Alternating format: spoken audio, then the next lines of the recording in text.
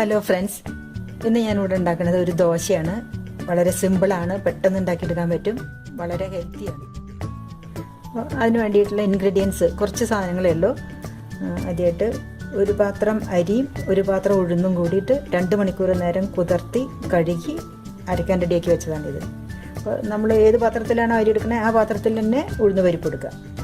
അത് പിന്നെ അതിൽ നമ്മൾ ഒരു പാത്രം ഒരു പാത്രം റാഗി പൗഡർ ചേർക്കുന്നുണ്ട്.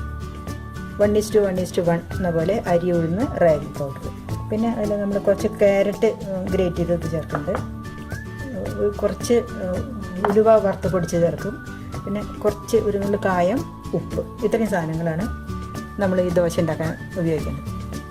ആദ്യമായിട്ട് ഈ അരി ഉഴുന്നും കൂടിയിട്ട് നന്നായിട്ട് അരച്ചെടുക്കണം. ഞാൻ അരച്ച് കൊണ്ടുവരാം.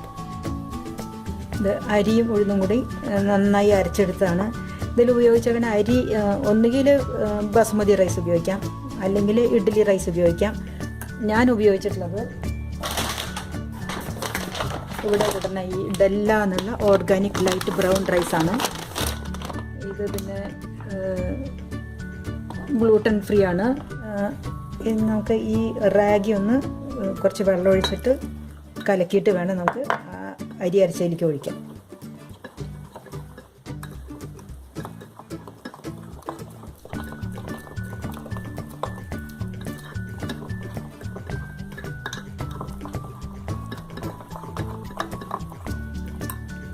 നമ്മൾ ആവശ്യത്തിന് ഉപ്പ് ചേർക്കണം.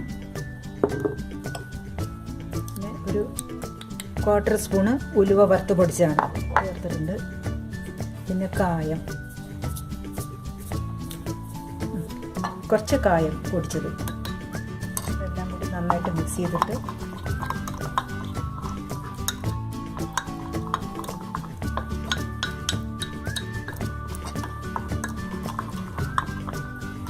അരി അരച്ചതിലേക്ക് ചേർക്കണം.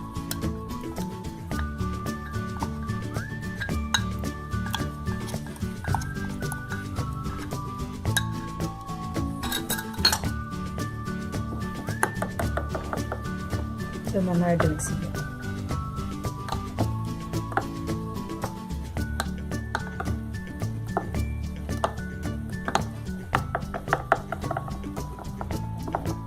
ഇങ്ങനെ മിക്സ് ചെയ്തതിന് ശേഷം ഇത് ഫെർമെൻറ്റ് ചെയ്യാൻ വെക്കേണ്ട ആവശ്യമൊന്നുമില്ല. ഒരു അരമണിക്കൂർ വേണമെങ്കിൽ വെച്ചോളൂ, അത്ര മതി.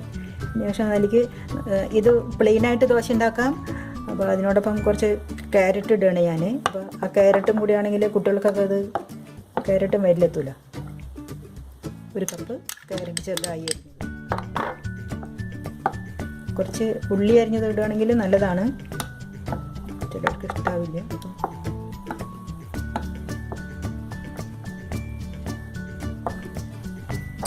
അപ്പോൾ ദോശയ്ക്കുള്ള മിക്സ് റെഡി ആയി കഴിഞ്ഞു.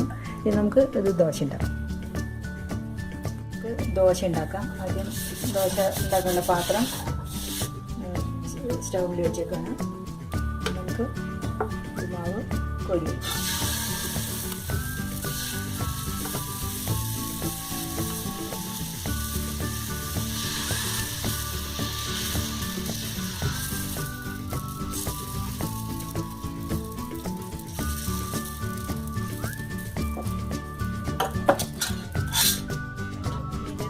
ഒന്നുകിൽ ഒലിവ് ഓയിൽ ഒഴിക്കാം, അല്ലെങ്കിൽ കോക്കനട്ട് ഓയിൽ ഉപയോഗിക്കാം. ഞാൻ ഇവിടെ അവോക്കാഡോ ഓയിലാണ് ഉപയോഗിക്കുന്നത്.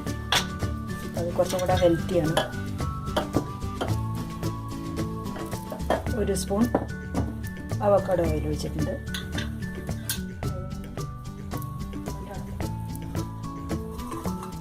ഒന്ന് അടച്ച് വെച്ചിട്ട് വേവിക്കാം.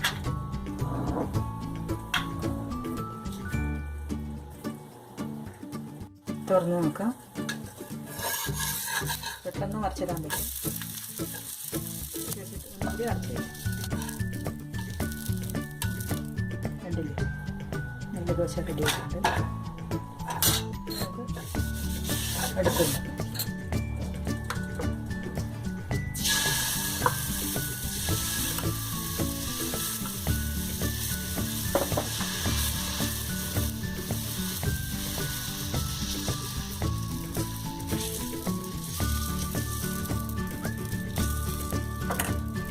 അടച്ചു വയ്ക്കും.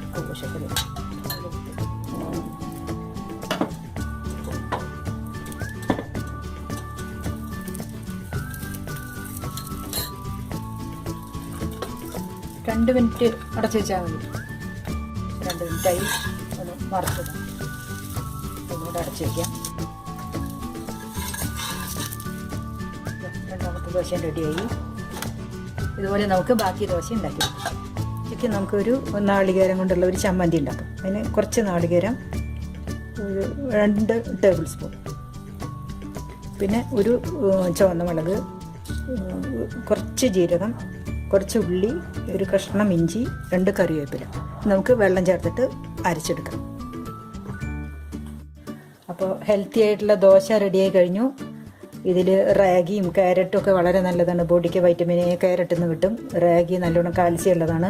നല്ല ഫൈബറുള്ള ദോശ. ഏത് പ്രായക്കാർക്ക്, കുട്ടികൾക്കൊക്കെ, സ്പെഷ്യലായിട്ട് ക്യാരറ്റൊന്നും കഴിക്കാത്ത കുട്ടികൾക്ക് ഇങ്ങനെ ഉണ്ടാക്കി കൊടുക്കാം. എണ്ണയൊക്കെ കുറച്ചും കൂടി കൂടുതലൊക്കെ ഒഴിക്കാം. നാളികേരം ചരികിടന്നെങ്കിൽ ഇടാം. അതിൽ കുറച്ചുകൂടി സ്വാദ് കൂടും. അങ്ങനെ. പിന്നെ സാമ്പാറാണെങ്കിലും എല്ലാ വെജിറ്റബിൾസ് ഉണ്ട്. മുരിങ്ങക്കായൊക്കെ നല്ലതാണ്. മുരിങ്ങക്കായും പിന്നെ സ്വീറ്റ് പൊട്ടറ്റോ ആണ് വലിയ തന്നെ. സ്വീറ്റ് പൊട്ടറ്റോ, ഒണിയൻ ഒക്കെ ചേർത്തിട്ടുള്ള സാമ്പാർ. പിന്നെ ചമ്മന്തി, അതിൽ ഇഞ്ചി, ഉള്ളി, നാളികേരം, ഉപ്പ്, ജീരകം എല്ലാം ചേർത്തിട്ടുണ്ട്.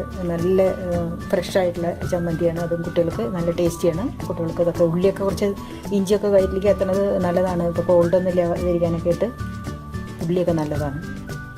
പിന്നെ പഴം, ഇതൊരു നല്ല ഹെവി ആയിട്ടുള്ള ബ്രേക്ക്ഫാസ്റ്റാണ്. നല്ല ടേസ്റ്റിയാണ്, നല്ല ഈസിയാണ്, പെട്ടെന്ന് ഉണ്ടാക്കാൻ പറ്റും. കുറച്ച് ഇൻഗ്രീഡിയൻസേ ഉള്ളൂ. അപ്പോൾ എല്ലാവരും ഉണ്ടാക്കി നോക്കണം. Thank you.